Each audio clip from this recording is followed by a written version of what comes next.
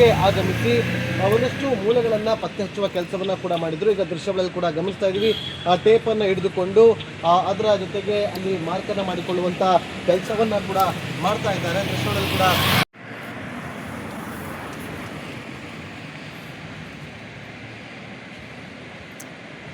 Sir ಮಾಡಿ sir sir ಮಾಡಬೇಕು, ಒಳ್ಳೆ ಸಿಗ್ತದೆ ಕಾಣ್ತದೆ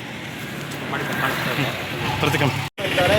ಆ ಟೇಪನ್ನು ಹಿಡಿದುಕೊಂಡು ಆ ಟೇಪ್ನ ಮುಖಾಂತರ ಅಲ್ಲಿ ಒಂದು ಎಷ್ಟು ಅಳತೆ ಇರಬಹುದು ಅಂತೇಳಿ ಅದನ್ನು ಅಂದಾಜನ್ನು ಮಾಡಿಕೊಂಡು ಅದನ್ನು ನೋಟ್ ಮಾಡಿಕೊಳ್ಳುವಂಥ ಕೆಲಸವನ್ನು SIT ತನಿಖಾ ತಂಡ ಈಗ ಮಾಡ್ತಾ ಇದೆ. SIT ತನಿಖಾ ತಂಡ ಆ ಟೇಪನ್ನು ಹಿಡಿದುಕೊಂಡು ಅಳತೆಯನ್ನು ಕೂಡ ಮಾಡ್ತಾ ಇರೋದು ಬಹಳ ಕುತೂಹಲಕ್ಕೆ ಕಾರಣವಾಗ್ತಾ ಇದೆ.